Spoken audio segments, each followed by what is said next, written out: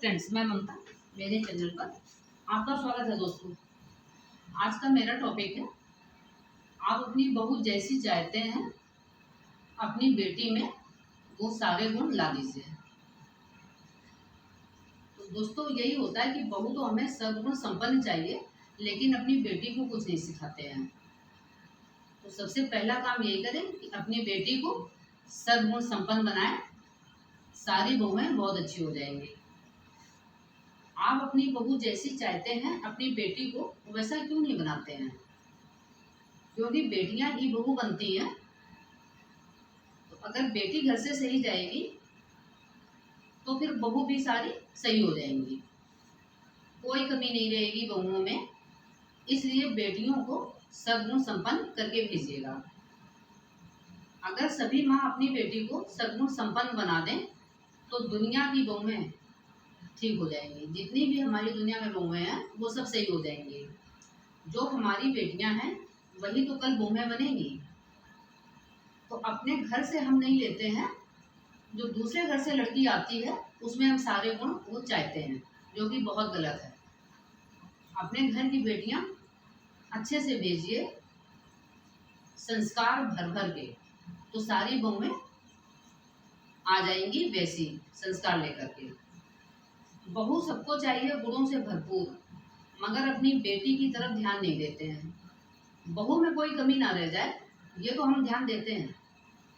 अपनी बेटी को वो शिक्षा हम नहीं दे पाते हैं। अगर बेटी तेज है, बहुत गर्व से कहते हैं कि अपनी दादी को पढ़ी है, अपनी बुआ को गई है। यही कहते हैं ना दोस्तों कि अपनी दादी पे गई, दादी इनकी बहुत तेज थी, और बुआ पे गई है, और परिवार में लड़की गई है।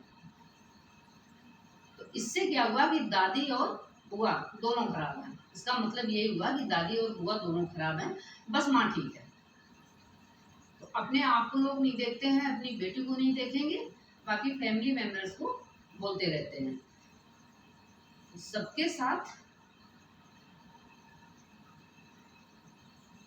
यही होता है ना कि सबको गई है पर वो माँ को नहीं गई है, यानी परिवार के साथ गई है बेटी। अगर अपनी कमी ढूंढने लग जाएं दोस्तों, तो ये समस्या होएगी नहीं। दोस्तों, क्या हम कभी अपने ऊपर नज़र डालते हैं? क्योंकि हमें अपनी कमी नहीं दिखती है, हमें दूसरे की कमियां दिखाई पड़ती, लेकिन दोस्तों अपनी कमी नहीं दिखती है कभी भी कि हमें भी कोई कमी होगी। और ऐसा कोई है नहीं कि जिसमें गुण और अवगुण दोनों ना हो। इंसान दो तरह दोनों लिए होता है। कोई भी इंसान है, उसके अंदर गुण भी होते हैं, अवगुण भी होते हैं। अब आप किसको देख रहे हैं, गुण को लेकर चल रहे हैं या उसके अवगुण गिर रहे हैं? फर्क इतना होता है। बेटी किसी की जैसी नहीं होती है। जो बेटी हमारी होती है वो किसी पे नहीं जाती है, वो सिर्फ और सिर्फ अपनी माँ जैसी होती है। तभी तो परिवार के लोग कहते हैं कि ये अपनी माँ पे गई है। कभी किसी ने, कोई पड़ोसी ने नहीं कहा है कि ये लड़की, इनकी लड़की अपनी दादी पे गई है, बुआ पे गई है। सभी कहते हैं, अच्छी हो, बुरी हो, खराब हो, कैसी भी हो, कि ये बिल्कुल अपनी माँ जैसी है। बेटी पर पूरा असर अपनी माँ का होता है। माँ अगर उसको सही शिक्षा दे तो बेटी कभी बुरी नहीं होती है। 24 आवर्स वो जिसके साथ रहती है वो होती है एक माँ। और माँ के जितने भी गुण संस्कार होते हैं वो सब उसकी बेटी में आ जाते हैं। माँ की डिप्लो कॉपी वो होती है। माँ जैसे अपनी ससुराल में रहती हैं, उनका लोगों के साथ व्यवहार क्या है बेटी सब देखती है, वही अपनी ससुराल में वो करती है। कहते हैं ना कि जो उसने देखा है वही तो करेगी। वो बचपन से 25 साल तक जो देख रही है वो वही करती है।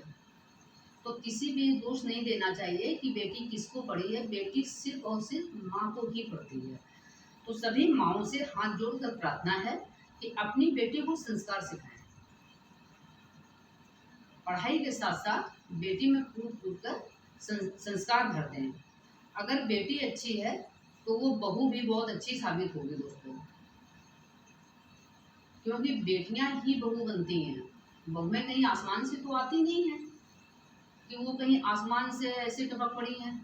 जो लड़कियां हैं वही कल बहुएं बनेंगी। तो तो बेटियों में संस्कार इतने कूट कूट कर भर दीजिए कि सारी बहुएं अच्छी हो जाएं। बहुओं में हजार कमी ना देखें, अपनी बेटी को सर्वगुण संपन्न बनाएं। क्योंकि दूसरों में वो चीज़ हम देखते हैं जो मेरे पास नहीं होती है। हम क्या इतने काबिल या सर्वगुण संपन्न हैं?